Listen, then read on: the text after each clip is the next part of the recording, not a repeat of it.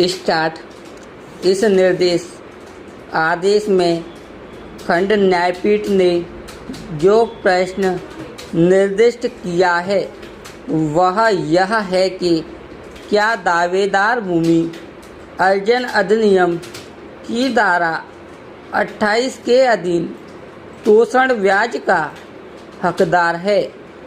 तोषण से स्पष्टतः भूमि अर्जन अधिनियम, जिसे इसमें इसके पश्चात अधिनियम कहा गया है, की धारा 23 की उपधारा कोष्टक में 2 के अधीन संदेय राशि के प्रति निर्देश किया जा सकता है।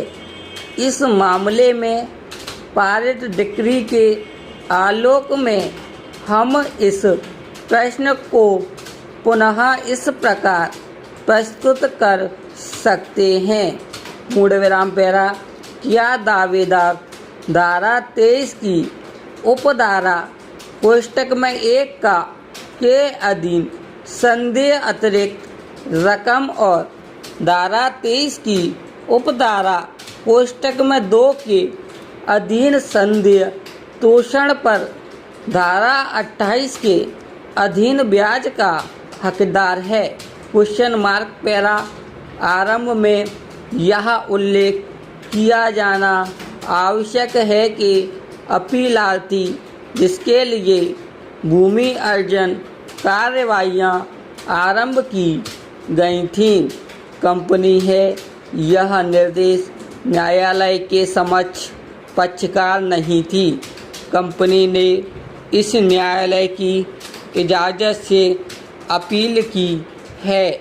न्यायालय ने इजाज़त देते हुए अपीलार्थी को केवल भूमि अर्जन संशोधन अधिनियम 1984 कोष्टक में 1984 का 68 के अधीन अतिरिक्त फायदे देते हुए पारित डिक्री के सही होने की बाबत दलील देने के लिए अनुज्ञात किया।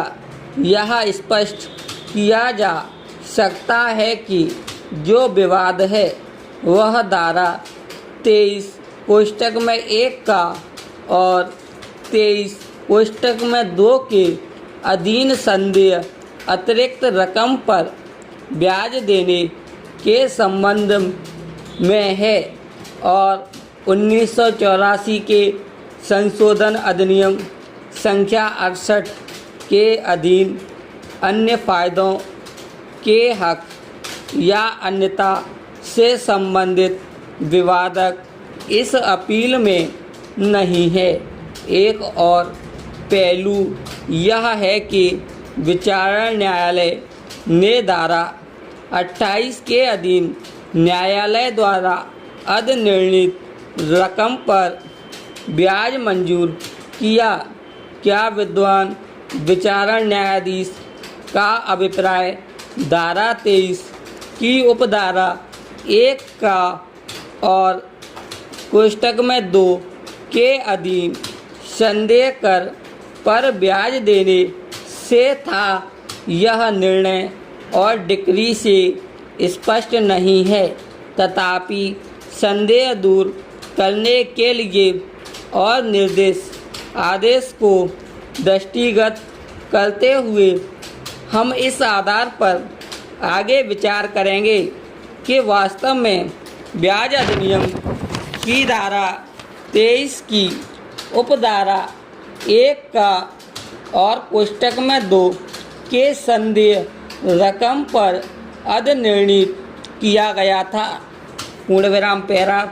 अधिनियम की धारा 28 में यह अधिकथित है कि यदि वह राशि जो न्यायालय की राय में कलेक्ट द्वारा प्रतिकर के रूप में अधिनिर्णीत की जानी चाहिए उस राशि से अधिक है जो उसने कलेक्ट ने प्रतिकर के रूप में अधिनिर्णीत की, तो न्यायालय अपने अधिनिर्णय द्वारा इस अधिक राशि पर उस तारीख से जब भूमि का कब्जा लिया गया, न्यायालय में अंतरीय रकम के संदाय की तारीख तक 9% के हिसाब से ब्याज संदाय करने का निर्देश कर सकता है।